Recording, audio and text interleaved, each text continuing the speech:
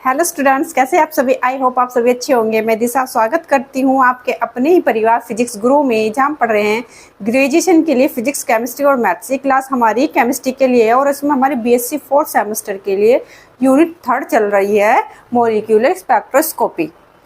जैसे ये हमारी जो मॉलिक्यूलर स्पेक्ट्रोस्कोपी है, ये मॉलिक्यूलर स्पेक्ट्रोस्कोपी को, इस मॉलिक्यूलर स्पेक्ट्रोस्कोपी में हमें कितने पार्ट पढ़ने हैं। ये जो मॉलिक्यूलर स्पेक्ट्रोस्कोपी है, इसमें हमने पढ़ना है रोटेशनल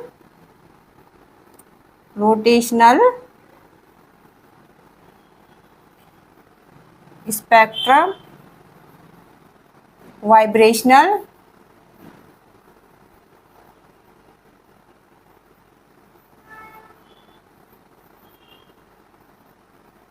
और रमन स्पेक्ट्रम। ये तीन चीजें क्या करनी है, हमें पढ़नी है। तो इसमें ये तीन चीजें एक तरह से समझो, ये यूनिट 3 है मॉलिक्यूलर स्पेक्ट्रोस्कोपी। इसमें रोटेशनल स्पेक्ट्रोस्कोपी दे रखा है, इसके बारे में पढ़ना है, वाइब्रेशनल स्पेक्ट्रम के बारे में पढ़ना है और हमें पढ़ना है रमन स्पेक्ट्रम के बारे में। तो रोटेशनल स्पेक्ट्रम क्या था, रोटेशनल स्पेक्ट्रम हमने क्या कर लिया था, पढ़ लिया था। ठीक है, तो अब हम अपने इस वाले टॉपिक पे आने से पहले थोड़ी सी पुरानी बात क्या कर लेते हैं, रिवाइज कर लेते हैं। मेन टॉपिक तो आज हमारा ये है, क्या है, वाइब्रेशनल स्पेक्ट्रोस्कोपी, वाइब्रेशनल स्पेक्ट्रा या वाइब्रेशनल स्पेक्ट्रम पढ़ना हमें ये आज है। लेकिन थोड़ा सा पहले वाला हम रिवाइज कर लेते हैं। तो हम बात करते हैं किसी भी मॉलिक्यूल की, जो कोई भी मॉलिक्यूल है, किसी भी मॉलिक्यूल की टोटल एनर्जी हमने क्या निकाली थी। तो ई टोटल याद होगा, याद ना होगा तो पीछे देख लेना आप, जो पीछे हमने पढ़े थे लेक्चर, उनमें हमने करके देख रखा था। तो ये ई टोटल एनर्जी हमने क्या निकाली थी, E R plus E V plus E E plus E T. Rotational energy, vibrational energy, electronic energy और ट्रांजिशन एनर्जी, ये हमने निकाली थी, जो ये टोटल निकाली थी एनर्जी, है ना। तो इसमें जो हमारी ये है ट्रांजिशन एनर्जी, ठीक है, इसकी जो एनर्जी है इतनी कम होती है, इसको हमने क्या कर दिया था, नेग्लेक्ट कर दिया था ना, नेग्लेक्ट। इसकी इन तीनों चारों में जो इसकी एनर्जी है ई ट्रांजिशन की, जो इसकी एनर्जी बहुत ज़्यादा कम है, इसीलिए हमने क्या कर दिया था, नेग्लेक्ट कर दिया था। तो हमारा क्या बचा था फिर, E R plus E V plus E E. तो हमारी क्या बची थी, ये बची थी ई टोटल में, ध्यान है ना हमें। तो ये बची थी, इसको हमने क्या कर दिया था, नेग्लेक्ट, इसको निकाल लिया था बाहर। तो ये हमारी बची थी, तो इसको हमने क्या, ये किसने, इसको हमने क्या कहा था, ये बोर्न ओपनहेमर क्या था, अप्रोक्सीमेशन था। ये क्या था, बोर्न ओपनहेमर अप्रोक्सीमेशन था, है ना। ये तो था जो बोर्न ओपनहेमर अप्रोक्सीमेशन पढ़ा था, उसमें ये तो निकाला था। ठीक है, तो आगे अब इसमें देखो, तो इसने बोर्न ओपनहेमर ने क्या कहा था, जो एनर्जीज होती है वो क्या होती है, इंडिविजुअल एनर्जीज होती है। ये हमने पढ़ लिया था, बोर्न ओपनहेमर अप्रोक्सीमेशन में ये हमने पढ़ लिया था। इसमें क्या बताया था, जो एनर्जीज होती है वो इंडिविजुअल एनर्जी होती है। और उसके बाद हमने क्या पढ़ा था, हमने ऑर्डर पढ़ा था। क्या ऑर्डर पढ़ा था, इधर देखो एक बार, जो अभी तो यही, हाँ यही लिख देते हैं। जो ऑर्डर पढ़ा था, हमने पढ़ा था E R E V E ई। इसमें जो एनर्जी होगी, इसकी क्या होगी, इसकी सबसे कम होगी, सबसे कम तो इसकी होगी। इसकी तो इतनी कम थी ट्रांजिशन एनर्जी की कि इसको हमने नेग्लेक्ट कर दिया था, तो इसका तो मामला खत्म हो गया। तो अब हम इसमें देख रहे हैं, इन तीनों में, रोटेशनल, वाइब्रेशनल और इलेक्ट्रॉनिक, जो इसमें जो एनर्जी होती है, इसमें जो हमने ऑर्डर पढ़ा था, इसमें जो सबसे कम एनर्जी होती है वो इसकी होती है, रोटेशनल की। और फिर इससे थोड़ी ज्यादा किसकी होती है, वाइब्रेशनल की। और सबसे ज्यादा क्या होती है, इसकी क्या होती है, एनर्जी। तो इनकी एनर्जी क्या होती है, सबसे ज्यादा होती है। तो अब इन तीनों एनर्जी की बात करते, तो सबसे कम तो होती है रोटेशनल की, अच्छा उससे ज्यादा होती है वाइब्रेशनल की, और इसकी सबसे ज्यादा, इसकी सबसे कम, इसकी सबसे ज्यादा। क्लियर इतना। अभी देखो आगे, अभी हम पहले समझेंगे चीजों को, समझने के बाद हम लिख लेंगे। ठीक है, पहले समझने पे ज्यादा ध्यान दो, फिर लिख लेंगे, नोट्स भी बन जाएंगे, समझ में आ जाएगा तो नोट्स भी बन जाएंगे।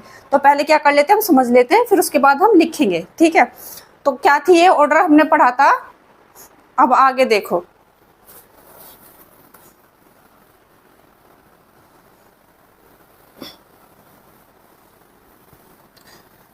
ठीक है, हमने जो पढ़ रखा है दो इलेक्ट्रॉनिक एनर्जी लेवल्स, दो इलेक्ट्रॉनिक एनर्जी लेवल्स के बीच में क्या होते हैं,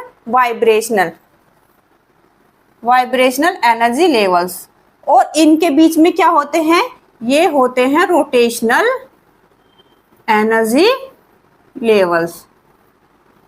ठीक है, दो इलेक्ट्रॉनिक एनर्जी लेवल्स के बीच में क्या होते हैं, वाइब्रेशनल लेवल्स ये, और इनके वाइब्रेशनल लेवल्स के बीच में क्या होते हैं, छोटे छोटे ये एनर्जी रोटेशनल एनर्जी लेवल्स होते हैं।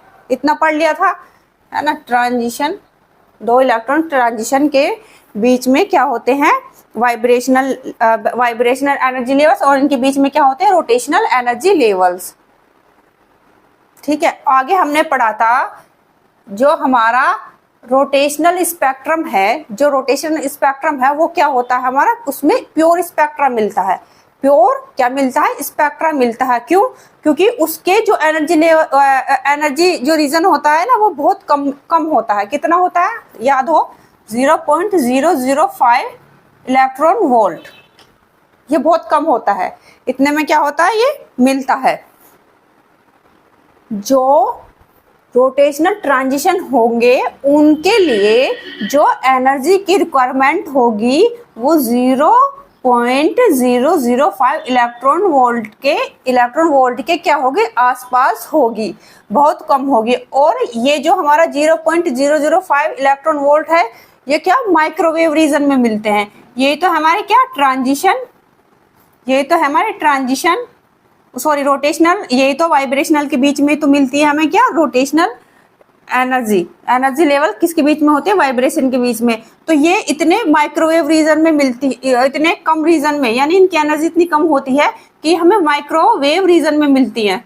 जब ये माइक्रोवेव रीजन में मिल जाती है तो इस स्पेक्ट्रोस्कोपी को, यानी रोटेशनल स्पेक्ट्रोस्कोपी को हम क्या बोल देते हैं, इस माइक्रोवेव स्पेक्ट्रोस्कोपी भी बोलते हैं। माइक्रोवेव स्पेक्ट्रोस्कोपी भी बोलते हैं। इतना हमने पढ़ भी लिया है, लेकिन एक बार हम क्या करें, थोड़ा सा मोटा मोटा रिवाइज भी हो जाएगा, हमें थोड़ा बहुत ध्यान में भी आ जाएगा, और हम फिर अपना वाइब्रेशनल पर भी आज पहुंच जाएंगे। ऐसा नहीं है कि हमें टाइम लगेगा, पहुंच जाएंगे। तो क्या होते हैं, ये इतने कम एनर्जी की क्या होती है, रीजन क्षेत्र में मिलते हैं। 0.005 इलेक्ट्रॉन वोल्ट माइक्रोवेव में मिलते हैं, इसीलिए इसको क्या बोल देते हैं, माइक्रोवेव स्पेक्ट्रोस्कोपी हम इसको क्या करते हैं, बोल देते हैं।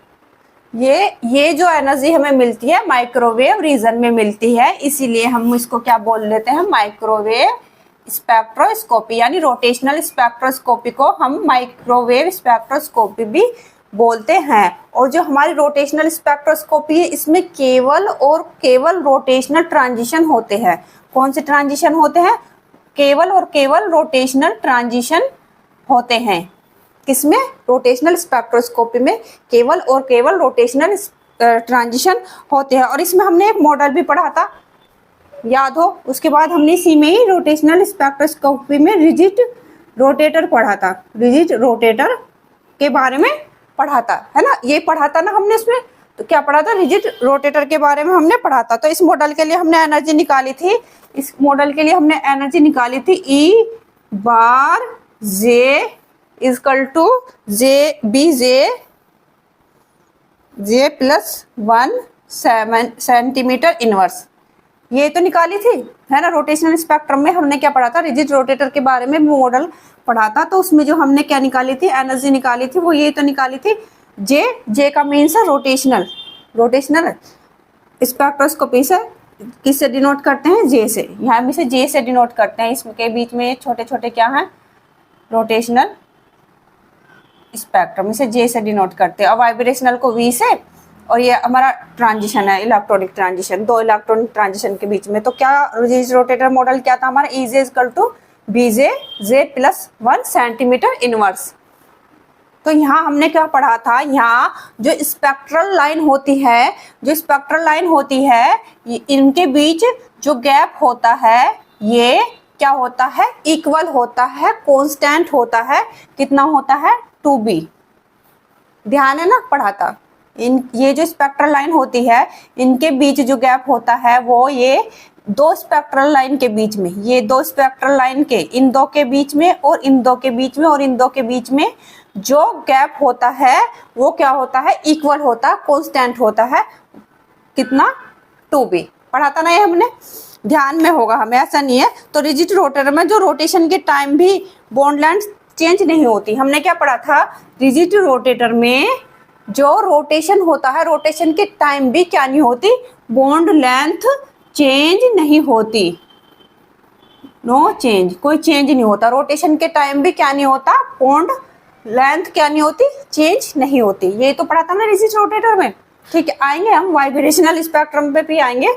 तो क्या हो गया, बॉन्ड लेंथ इसमें चेंज नहीं होती, इतना हमें समझ में आ गया। अब आगे देखो, अब जो हमने रोटेशनल स्पेक्ट्रम में पढ़ा था, इनमें केवल और केवल क्या होते हैं, रोटेशनल ट्रांजिशन होते हैं, और इनकी जो एनर्जी होती है ये बहुत कम रीजन में मिल जाती है। इनका जो एनर्जी होती है 0.005 इलेक्ट्रॉन वोल्ट ये में क्या होती है, एनर्जी इतनी कम होती है कि ये माइक्रोवेव रीजन में मिल जाती है, इसीलिए इनको क्या बोलते हैं, माइक्रोवेव स्पेक्ट्रोस्कोपी भी बोलते हैं। और इसमें और केवल क्या होता है, रोटेशनल ट्रांजिशन ही होते हैं। अब आगे हम पढ़ेंगे, इतना हमारा क्या हो गया, पुराने वाला थोड़ा थोड़ा हमारा रिवाइज हो गया। अब हमारा क्या आएगा, अब आएगा हमारा वाइब्रेशनल स्पेक्ट्रोस्कोपी। जो हमारा आज का टॉपिक है वो है वाइब्रेशनल स्पेक्ट्रोस्कोपी। तो उसके बारे में हम समझ लेते हैं, फिर लिखेंगे।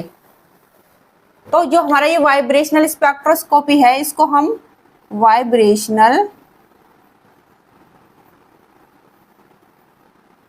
स्पेक्ट्रोस्कोपी, वाइब्रेशनल स्पेक्ट्रोस्कोपी या वाइब्रेशनल स्पेक्ट्रा, वाइब्रेशनल स्पेक्ट्रम, और इसको हम क्या बोलते हैं, इसको हम रोटेशनल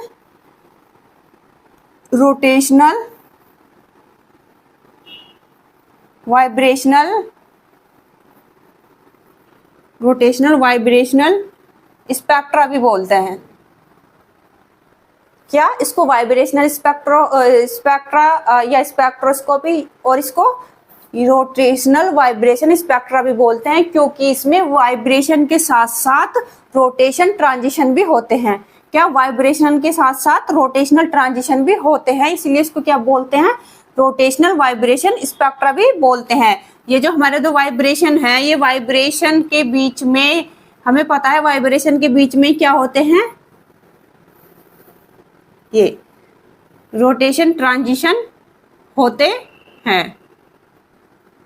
तो सिंपल सी बात है, जब वाइब्रेशन होगा तो रोटेशन तो खुद ही होगा मॉलिक्यूल में। जब वाइब्रेशन होगा तो क्या होगा, रोटेशन भी होगा ही होगा, इसीलिए इसको क्या बोलते हैं, रोटेशन वाइब्रेशन स्पेक्ट्रा भी क्या करते हैं, इसको बोलते हैं।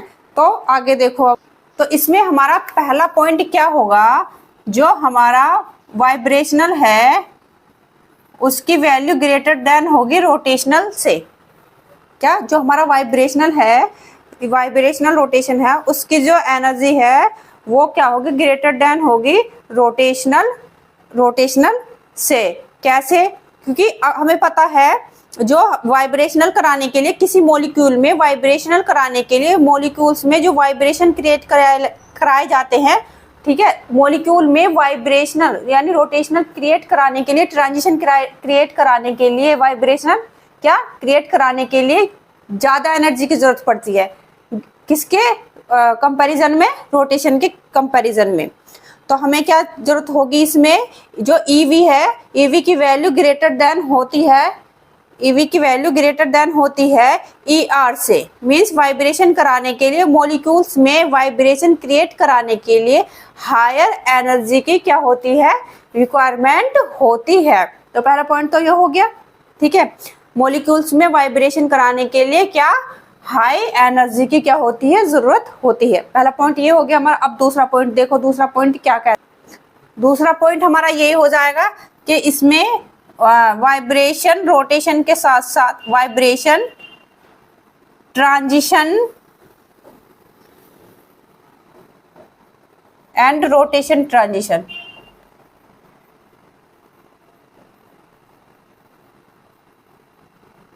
वाइब्रेशन ट्रांजिशन के साथ साथ क्या रोटेशन ट्रांजिशन भी होते हैं, क्योंकि हमें पता है दो वाइब्रेशन एनर्जी लेवल के बीच में बहुत सारे क्या होते हैं, रोटेशन एनर्जी लेवल्स होते हैं, इसीलिए इसमें वाइब्रेशन के साथ साथ क्या रोटेशन ट्रांजिशन भी होंगे। ये कौन सा हो गया हमारा दूसरा पॉइंट।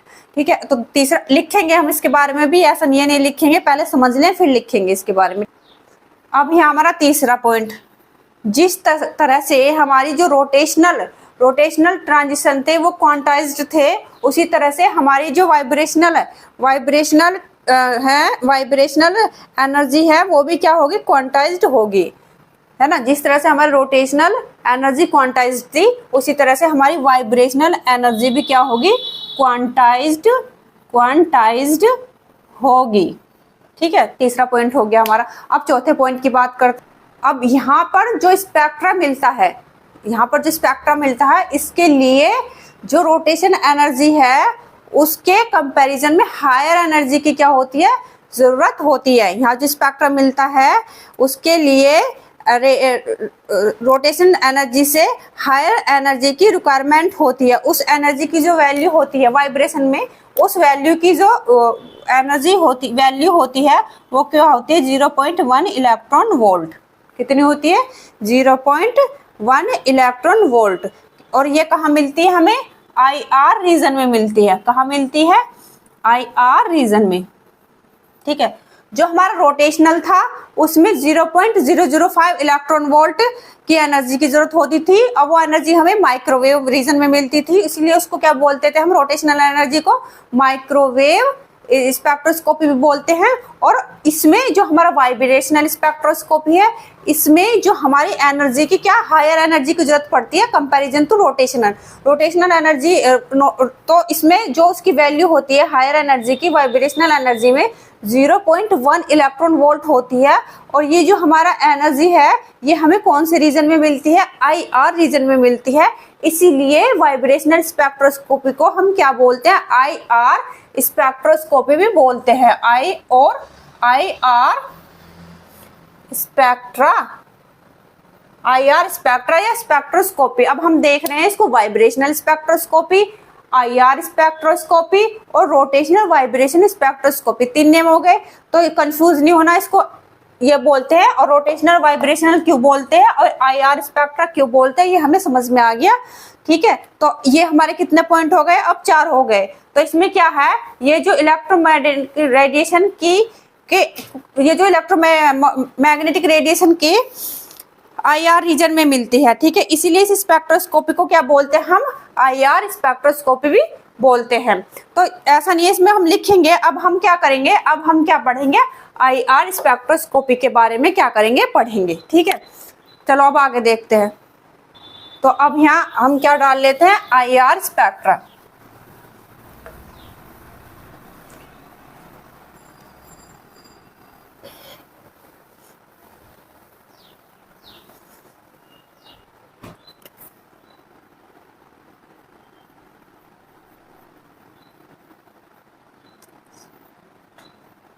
तो ये क्या है, वही है जो वाइब्रेशनल स्पेक्ट्रोस्कोपी है, वही क्या होगा, IR स्पेक्ट्रा होगा। जब हम किसी मॉलिक्यूल पर, है ना, जब हम किसी मॉलिक्यूल पर IR रीजन की क्या डालते हैं, रेडिएशन डालते हैं, तो वह जो मॉलिक्यूल एनर्जी लेता है, जब हम किसी मॉलिक्यूल पर IR रीजन की क्या डालते हैं, रेडिएशन डालते हैं, तो वह मॉलिक्यूल जब एनर्जी लेता है तो उस मॉलिक्यूल में वाइब्रेशन के साथ साथ क्या होते हैं, रोटेशनल ट्रांजिशन भी होते हैं। इसीलिए इसको हम वाइब्रेशनल रोटेशनल ट्रांजिशन भी कहते हैं। और ये डेफिनेशन आएगी इसके अंदर जो हमारी उसके, क्योंकि IR स्पेक्ट्रा और रोटेशनल वाइब्रेशनल स्पेक्ट्रा एक ही चीज है, तो इसमें भी वही डेफिनेशन आएगी। तो अब इसमें क्या होगा, जब इसमें हम क्या करेंगे, इस रीजन में जो इलेक्ट्रोमैग्नेटिक रेडिएशन का जो रीजन है हमें मिलता है, ठीक है, इसमें जो इलेक्ट्रोमैग्नेटिक रेडिएशन का जो रीजन है वो हमें कहां से कहां तक मिलता है, ये देखो 0.8 माइक्रो टू 200 माइक्रो। पहला पॉइंट डाल लो। इस रीजन में जो इलेक्ट्रोमैग्नेटिक रेडिएशन का जो रीजन है वो हमें मिलता है 0.8 माइक्रो टू 200 माइक्रो तक क्या होता है, मिलता है। उसके बाद इस स्पेक्ट्रोस्कोपी की स्टडी को जब ध्यान में रखते हुए आईआर स्पेक्ट्रोस्कोपी को या आईआर रीजन को 3 पार्ट्स में क्या कर दिया गया, डिवाइड कर दिया गया। 3 पार्ट्स में क्या कर लेते हैं, हम इसको डिवाइड कर लेते हैं। तो पहला पार्ट क्या है, पहला पार्ट हो गया हमारा नियर आईआर,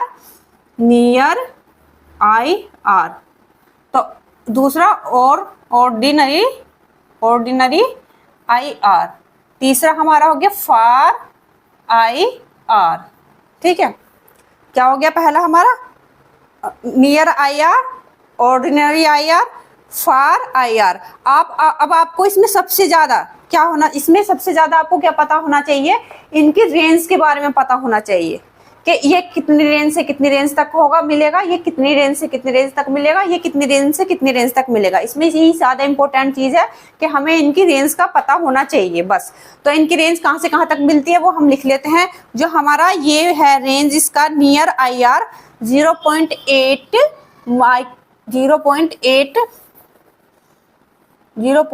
माइक्रो टू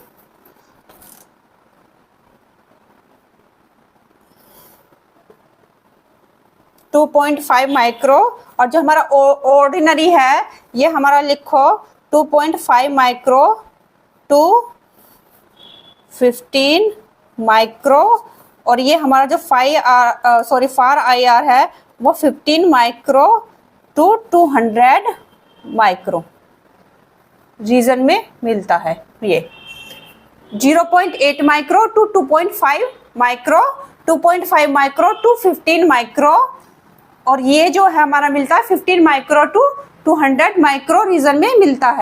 अब हमें जो मॉलिक्यूल जो हमें ऑर्गेनिक मॉलिक्यूल्स के ऑर्गेनिक मॉलिक्यूल्स के स्पेक्ट्रा मिलते हैं वो हमें ऑर्डिनरी आईआर में मिलते हैं। किस में मिलते हैं, ऑर्डिनरी आईआर में क्या मिलते हैं, ऑर्गेनिक मॉलिक्यूल्स के स्पेक्ट्रा क्या होते हैं, हमें मिल जाते हैं। तो इसमें ये लिख लेंगे हम organic molecules, normally organic molecules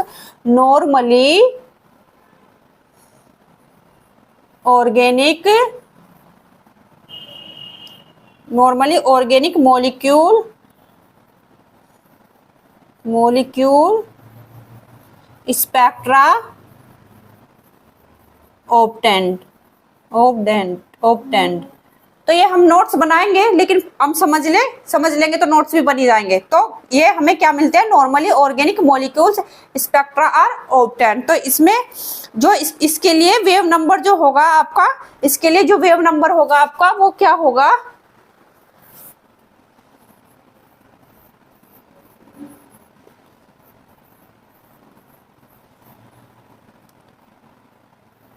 ये 4000 centimetre inverse two 600 centimetre inverse के बीच में होगा। ठीक है, जो हमारा ऑर्डिनरी आईआर है उसमें हमें सारे के सारे क्या होते हैं, ऑर्गेनिक मॉलिक्यूल स्पेक्ट्रा में इसमें मिल जाते हैं। ऑर्गेनिक मॉलिक्यूल क्या हो, सारे के सारे मिल जाते हैं। जो हमारा इसका क्या होता है, वेव नंबर होता है। इसके लिए जो हमारा वेव नंबर होगा वो क्या होगा, 4000 centimetre inverse two 600 centimetre inverse के बीच में होगा। और हमें जो स्पेक्ट्रा मिलता है उसमें जो आप स्पेक्ट्रा लेके आते हो, ठीक है, हमें जो स्पेक्ट्रा मिलता है वो स्पेक्ट्रा जो आप लेके आते हो उसमें 4000 सेंटीमीटर इनवर्स टू 600 सेंटीमीटर की रेंज लिखी होती है। और इसी रेंज में हमें बहुत सारे क्या पीक्स मिलती हैं, और अलग अलग फंक्शनल ग्रुप के लिए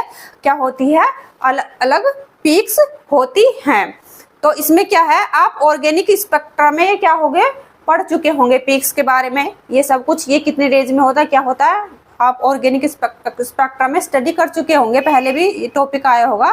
तो इस आईआर स्पेक्ट्रो के लिए क्या है, हम कुछ कंडीशंस के बारे में भी बात करेंगे। ठीक है, जो हमारी आईआर स्पेक्ट्रा है, स्पेक्ट्रोस्कोपी है, इसकी कुछ कंडीशंस है, कुछ आईआर एक्टिव और IR इनएक्टिव कंडीशंस है, उन कंडीशन के बारे में भी क्या करते हैं हम देख लेते हैं। फिर हम लिख लेंगे, पहले हम समझ लेंगे, हम लिखेंगे भी बाद में, ठीक है। तो क्या इनकी कंडीशन के बारे में भी क्या कर लेते हैं, थोड़ा सा समझ लेते हैं। आगे देखो, अब आप इस IR स्पेक्ट्रोस्कोपी के लिए जो नेसेसरी कंडीशंस है वो क्या है कि कौन IR स्पेक्ट्रा देगा और कौन कौन IR स्पेक्ट्रा नहीं देगा, ठीक है। वो क्या इसकी नेसेसरी कंडीशंस में हम पढ़ेंगे। जो IR स्पेक्ट्रा देगा वो तो क्या होगा, IR एक्टिव मॉलिक्यूल, और जो IR स्पेक्ट्रा नहीं देगा वो क्या होगा, IR inactive molecule.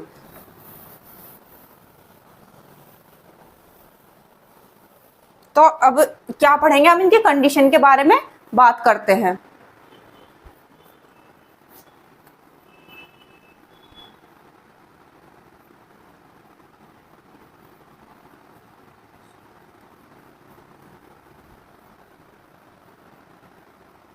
Condition for IR spectra, तो पहली कंडीशन क्या होगी, पहली कंडीशन क्या है कि किसी मॉलिक्यूल पर जब आप इलेक्ट्रोमैग्नेटिक रेडिएशन की क्या फ्रीक्वेंसी डाल देते हो IR रीजन की, ठीक है, जो उनकी फ्रीक्वेंसी है वो मॉलिक्यूल वाइब्रेशनल फ्रीक्वेंसी के इक्वल होनी चाहिए। क्या होनी चाहिए,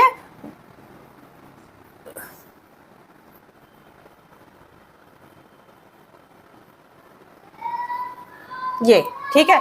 जो हम क्या मॉलिक्यूल पर इलेक्ट्रोमैग्नेटिक रेडिएशन की क्या फ्रीक्वेंसी की क्या डालते हैं, फ्रीक्वेंसी डाल रहे हैं, किसी मॉलिक्यूल पर इलेक्ट्रोमैग्नेटिक रेडिएशन की जो फ्रीक्वेंसी डाल रहे हैं उनकी जो फ्रीक्वेंसी है वो मॉलिक्यूल वाइब्रेशन की फ्रीक्वेंसी के क्या होनी चाहिए, इक्वल होनी चाहिए। ये जो है हमारा, ये क्या है, ये मॉलिक्यूल की वाइब्रेशनल फ्रीक्वेंसी है, ये मॉलिक्यूल की क्या है, वाइब्रेशनल फ्रीक्वेंसी है, और ये जो क्या है, ये हमारी रेडिएशन की फ्रीक्वेंसी है। तो ये जो दोनों क्या होनी चाहिए, हमारी इक्वल होनी चाहिए। क्या हुई है, हमारी पहली कंडीशन होनी चाहिए।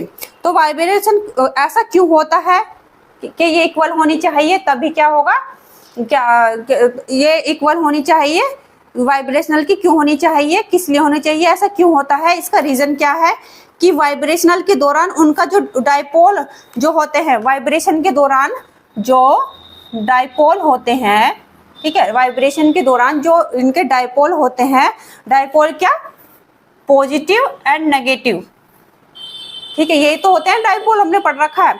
तो ये भी क्या करते हैं, रोटेट करते हैं वाइब्रेशन के दौरान, उनका जो डाइपोल होते हैं वो भी क्या करते हैं, रोटेट करते हैं, है ना, क्या करते हैं, ये रोटेट करते हैं, इनमें भी क्या होता है, रोटेशनल होते हैं। तो जब रोटेशन होगा इस डाइपोल में तो क्या है, ये जो डाइपोल को रोटेशन के दौरान फ्रीक्वेंसी आई है, इनकी जो फ्रीक्वेंसी है, ये फ्रीक्वेंसी यदि इस रेडिएशन की फ्रीक्वेंसी के इक्वल होगी तो ही मॉलिक्यूल इस रेडिएशन को क्या करेगा, एब्जॉर्ब करेगा। क्या करेगा, इसको, तो ही मॉलिक्यूल क्या करेगा, एब्जॉर्ब करेगा। ये क्या हमारी होगी पहली कंडीशन, ठीक है, ये हमारी पहली कंडीशन हो गई, ठीक है। जो हमारा मॉलिक्यूल की जो क्या है फ्रीक्वेंसी है वो रेडिएशन की फ्रीक्वेंसी के इक्वल होनी चाहिए, सिंपल सी बात ये है हमारी, ठीक है। अब दूसरी कंडीशन क्या कहती है, अब हमारी दूसरी कंडीशन देख लेते हैं, हमारी दूसरी कंडीशन में क्या बात है। वाइब्रेशन के दौरान दूसरी कंडीशन जो है, वाइब्रेशन के दौरान क्या होना चाहिए, हमारा डाइपोल मोमेंट भी क्या होना चाहिए, चेंज होना चाहिए।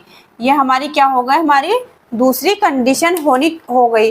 क्या होगा हमें दूसरी कंडीशन, डाइपोल मोमेंट क्या, वाइब्रेशन के दौरान डाइपोल मोमेंट भी चेंज होना चाहिए।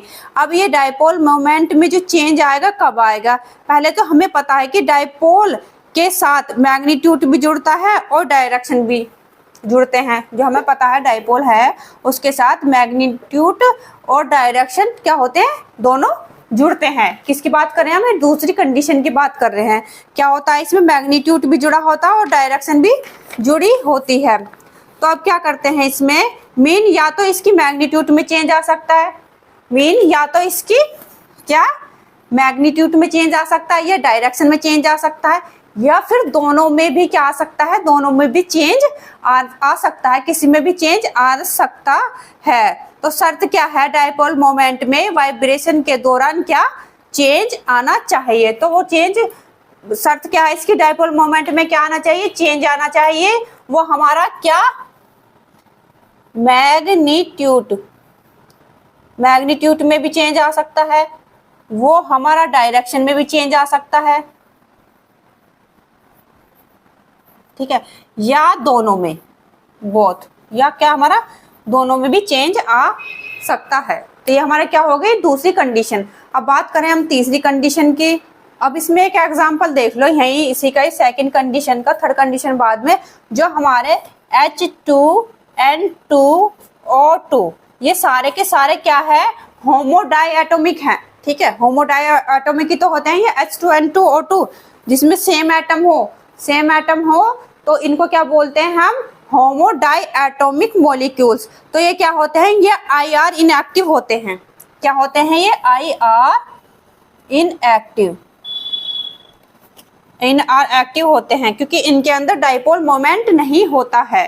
तो आपसे अगर पूछा जाए कि H2N2O2 ये जो होमोडाइएटोमिक मॉलिक्यूल होते हैं ये IR इनएक्टिव होते हैं या IR एक्टिव होते हैं, तो आपने बताना है ये IR इनएक्टिव होते हैं, क्योंकि ये सेम एटम के होते हैं, इनमें सेम एटम के ग्रुप होते हैं, सेम एटम होते हैं HH, तो ये सेम है, तो इनमें क्या डाइपोल मोमेंट क्या ही होगा, क्योंकि डाइपोल मोमेंट के लिए एक प्लस चाहिए एक नेगेटिव चाहिए, ठीक है, तो ये सेम है, तो इसका क्या होगा, इसमें कोई डाइपोल मोमेंट नहीं होगा, डाइपोल मोमेंट नहीं होगा तो ये क्या होंगे, IR इनएक्टिव होंगे, ठीक है। तो ये तुम अगर क्वेश्चन पूछते हैं तो तुम इसका आंसर ऐसे दे सकते हो, जो हमारे डाइएटोमिक होमोडाइएटोमिक मॉलिक्यूल्स होते हैं वो क्या होते हैं, IR इनएक्टिव होती है, और क्यों होते हैं ये भी हमने बता दिया, क्योंकि इसमें सेम एटम होते हैं और डाइपोल के लिए क्या होना चाहिए, प्लस और नेगेटिव ये होना चाहिए, और इसमें तो कोई वो मतलब ही नहीं है जब ये सेम एटम के हैं, तो ये हमारा इसलिए होता है। तो आगे अब देखो आप,